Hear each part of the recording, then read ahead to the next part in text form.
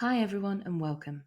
Our focus now is to understand the function, role and responsibilities of an HLTA.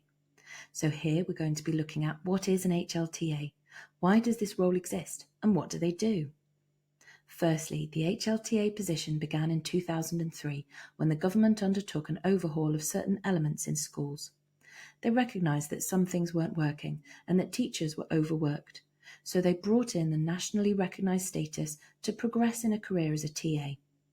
Lots of TAs don't want to be teachers. They want to be TAs and want to be in the classroom with the students all the time. So the HLTA position was an option for them so that they didn't have to go into teaching. You can still make progress in a career as a TA without having to retrain as a teacher.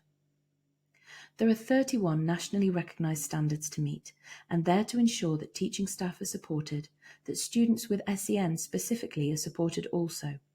So it helps teaching staff with workloads, but also helps our students with SEN get a little bit more support for their needs.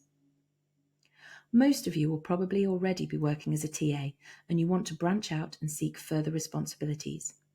Some of you may be using this as a stepping stone to become a fully qualified teacher, and that's fantastic. But some of you may just be doing this so that you can be an HLTA and have something else to be working towards and some extra responsibilities. That's fantastic too. So why the need for an HLTA role? Well, it allows you to take on that higher level when it comes to supporting students, contributing to school life and working alongside teaching staff. It really is a collaborative role. You're working with and alongside all of the other staff within a school to make sure that we're raising standards for children in schools, and especially those children that have got special educational needs who need that extra support. However, the HLTA role will differ from school to school. It completely depends on what your school needs and what they want from their staff and for their students, what students they have, and if there are any specific needs that students have. And it will also depend on what your areas of expertise are. So it's not the same cookie cutter role for every single person. It's very specific to the individual, the school, and the children that they're working with. So as an HLTA, you're working in collaboration with all of the other school staff.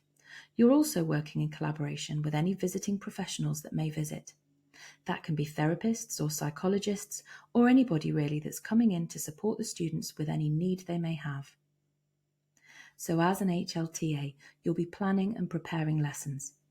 These are not full lessons that a teacher may need to provide. You will not have to be delivering lessons as a teacher would. You're not a replacement for a teacher, you're a support to the teacher. So you may be planning and preparing lessons or interventions. You may be delivering these to students as well. These may be with individual students, it could be groups of students, or it could be a whole class, while a teacher takes out a group or an individual for some different work. So it's really about that collaborative working with the teacher in the classroom. You will also therefore be assessing students to make sure that they're making progress and gaining the attainment that they need to. And a very important part of that is reporting on that progress or attainment to the teaching staff. It's really important that everybody knows exactly where those children are on their journey so that you can put the right support in and they can have the right lessons aimed at their level. So aside from all the aspects required of you in lessons, you may also want to run extracurricular clubs for your students. And again, that will depend on your specific area of expertise. If you're an arts specialist, for example, you may want to run an art club or maybe do some art therapy for students. And if you have a specialism in sports or keeping fit, you may like to run a club in that sort of area or focus on health with some of your students. Again, depending on what their needs are. So an overview. Really, the HLTA role is a great stepping stone after you've done some TA work or before you want to go into teaching. It really does depend on what your school needs or wants and what your expertise is as to what your role would actually look like. But a lot of it will include planning lessons, delivering those lessons, assessing and reporting on students' progress, and maybe running any additional clubs that you would like for your students.